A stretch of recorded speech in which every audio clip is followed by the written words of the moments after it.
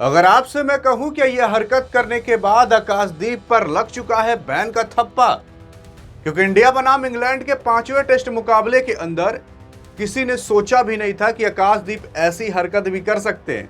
और जो ये हरकत यहां पर किए, बेंडुकेट को आउट करके उनको कंधे पर हाथ रखकर फिर बाहर तक छोड़ कर आना, यह कहा जा रहा है कि आईसीसी के नियम के उल्लंघन के खिलाफ है और इसी वजह से आपके आकाशदीप पर बैन लग सकता है या जुर्माना लग सकता है। आइए जानते हैं कि सच्चाई क्या है, कि बैन लगेगा कि जुर्माना लगेगा, कुछ नहीं लगेगा। सबसे पहली चीज, यहां पर इंडिया बनाम इंग्लैंड का 5वां टेस्ट का मुकाबला होना था। इंग्लैंड के लिए मैच जीतना काफी ज्यादा अति आवश्यक है, क्योंकि अगर मैच यहां पर वो हारे तो आप जान जाओ वो सीरीज हार जाएंगे। और भारत के लिए भी जीतना इतना आवश्यक है कि अगर भारत हारा तो भारत भी सीरीज हार जाएगा, लेकिन अगर भारत जीता तो सीरीज कोई नहीं जीतेगा, ना भारत ना इंग्लैंड।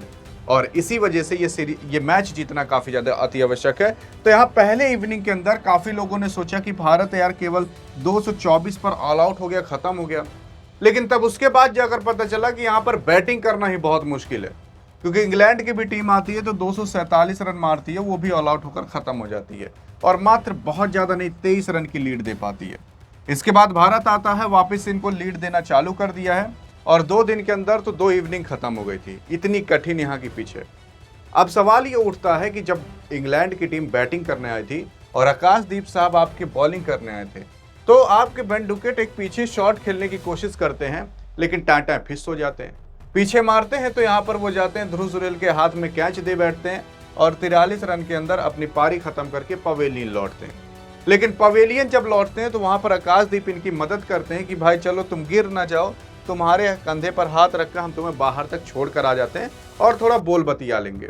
और वाकई में थोड़ा बोल बतिया लिए थे और इसी वजह से कहा जा रहा है कि अब आपके आकाशदीप के ऊपर बैन का थप्पा लगने वाला है, क्योंकि आईसीसी का एक नियम है जो कि आर्टिकल 2.12 के तहत बताया जाता है कि अगर कोई भी प्लेयर किसी अंपायर को या किसी प्लेयर के कंधे पर हाथ रख दे जानबूझकर उसको बेइज्जत करने के लिए, देखो कभी कभी नॉर्मल ऐसे हाथ रखकर चल लिया जाता है तो उससे कोई दिक्कत नहीं है, लेकिन अगर जानबूझकर बुली करने के लिए, बेइज्जत करने के लिए कंधे पर हाथ रख दे या कंधे से टक्कर मार दे या रन लेते हुए जानबूझकर उसको धक्का मार दे ताकि वो गिर पड़े या फिर कोई और अन्य कारणवश कुछ बोल दे या फिजिकल एक्टिविटी कर दे। देखो बोलने पर तो उतना कुछ नहीं होता, बोल तो वो सब देते हैं, लेकिन अगर कोई फिजिकल एक्टिविटी शारीरिक रूप से छू छा दे तब जाकर कुछ हो सकता है। और यहाँ पर आपके आकाशदीप साहब वही कारनामा कर दिए। आखिर किए क्या, बेंडुकेट को कंधे पर हाथ रखकर इनको बाहर तक छोड़कर आए। अब जब बाहर छोड़कर आए तो आइए देखते हैं इनके साथ क्या हो सकता है। तो आर्टिकल 2.12 कहता है कि अगर ऐसी हरकत कोई करता है जानबूझकर, बाद में जाकर थर्ड अंपायर और बाकी सारे जितने भी रहते हैं वो सब चेक करते हैं। अंपायर भी बैठते हैं, थर्ड अंपायर बैठते हैं, रेफरी भी बैठते हैं और सामने एक बड़ी सी टेलीविजन लगी रहती है और उसमें ये पूरी हरकत चलती है। फिर उससे पूछा जाता है खिलाड़ी से कि ये देखो तुमने जान के किया कि अनजाने में कर दिया। अनजाने में किया है तो वो उस टाइम रेफरी अंपायर की नीयत पर डिपेंड करेगा कि आपका क्या करना चाहिए, बैन करना चाहिए कि कुछ समय के लिए छोड़ देना चाहिए या कि एक वार्निंग देकर छोड़ देना चाहिए। और अगर जानबूझकर किया है और उसकी नीयत भी खराब हो चुकी है आपके प्रति तो आपको बैन भी कर सकता है, जुर्माना भी लगा सकता है। तो अगर यहाँ पर रेफरी मान जाते हैं तो भाई इनको छोड़ दिया जाएगा और अगर नहीं मानते तो 2.12 के तहत इनके ऊपर लगभग, मैं बता दूं, लगभग इनको 25% की पेनल्टी भरनी पड़ेगी मैच फीस की। और मैच फीस आप जानते हो एक टेस्ट मैच खेलने का 15 लाख रुपए मिलता है किसी भी प्लेयर को, अगर वो पिच पर उतर चुका है तो। यानी कि अगर आप एक बार उतर चुके तो आपको 5 टेस्ट मैच के अंदर आपको 15 लाख रुपए मिलेंगे। तो ये 15 लाख रुपए आप जान जाओ आपके फिर रखे रहते हैं कि आप इतना तो कमा कर जाओगे, लेकिन अभी से 15 लाख रुपए में से 25% कट जाएगा। अब ये 15 लाख रुपए एक मैच के मिलते हैं, 2 मैच के 30 लाख हो जाएंगे, 3 मैच के 45 लाख, फिर उसके बाद 60 लाख, उसके बाद 75 लाख। अगर आप खेल लेते हो तो 75 लाख रुपए आप आराम से ऐसे कमा लोगे।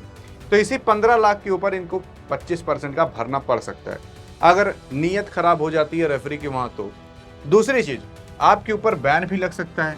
बैन कब लगता है? बैन तब लगता है जब कुछ आप बहुत बड़ी हरकत कर दो, इतनी बड़ी हरकत कर दो कि भाई एक देश दूसरे देश से नाराज तक हो जाए। जैसे भारत पाकिस्तान के अंदर ले भैया एक बल्ला मार ही दिए हीच के, तो तब जाकर मतलब ऐसी कंडीशन पर जाकर बैन लगता है। तो इस वजह से कहा जा रहा है कि भाई यहाँ पर बैन तो नहीं लग सकता और लेकिन यहाँ पर मैच फीस का 25% का जुर्माना लग सकता है। देखो, अगर आप सोच रहे हो कि यहाँ पर भारत गलत कर रहा है, तो मैं आपको बता दूं गलत सलत कुछ नहीं कर रहा। इसलिए गलत नहीं कर रहा क्योंकि आपको पता होगा पहले इंग्लैंड वाले ये सब चालू करते हैं और भारत वाले खत्म करते हैं। तो इसमें शौक होने की बात नहीं कि ऐसा करना चाहिए कि नहीं करना चाहिए।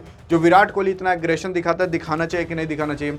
मैं आपको बता दूं, जब विराट कोहली साहब खेलते हैं ना, तो सामने जो बैटिंग करने वाला प्लेयर है, अगर विराट कोहली फील्डिंग है, तो उसका ध्यान कहीं और नहीं बल्कि ये रहता है कि विराट कोहली कहाँ खड़ा है। थर थर पैर कांपने लगते हैं। और उन्हीं सबसे हल्का सा भी मोटिवेशन लेकर अगर ये लोग भी ऐसा कुछ कारनामा कर दिए तो भारत का कुछ बेड़ा पार हो सकता है। क्योंकि अगर आप मैच में प्रेशर बांध दिए सामने बैटिंग करने वाली टीम को, तो वैसे ही आउट हो जाएगा। और ऐसा करना लाजमी भी है। और बस शुरुआत इन लोगों ने की थी, खत्म हम लोग कर रहे हैं। असर यही है। क्योंकि आपको पता होगा कि पहले ज़माने में भारत जब बाहर खेलने जाता था, मुंह बनाकर जाता था, मुंह बनाकर खेलकर आ जाता था। कोई कुछ नहीं, कोई लफड़ा नहीं। गांधी की तरह एक गाल पे चाटा मारा, दूसरा गाल आगे बढ़ा लो। अब नहीं होता। एक गाल पर चाटा मारा, 10 गाल पर उनके चाटा मारो। और इस वजह से अब जितने भी दुनिया के देश के लोग हैं वो भारत से अब थोड़ा खौफ खाने लगे। और ये सब किसी और की नहीं बल्कि आपके विराट धोनी की वजह से आया। बाकी आपको क्या लगता है कि भारत ने यहाँ पर सही किया कि नहीं? बताइएगा जरूर। और 5वां टेस्ट मुकाबला भारत जीत सकता है कि नहीं? देखते हैं आपका भविष्यवाणी सही निकल पाता है कि नहीं। अधिक जानकारी चाहिए तो बगल में क्लिक करके देख सकते हो। मिलेंगे इस वीडियो के अंदर, तब तक के लिए जय हिंद और जय भारत।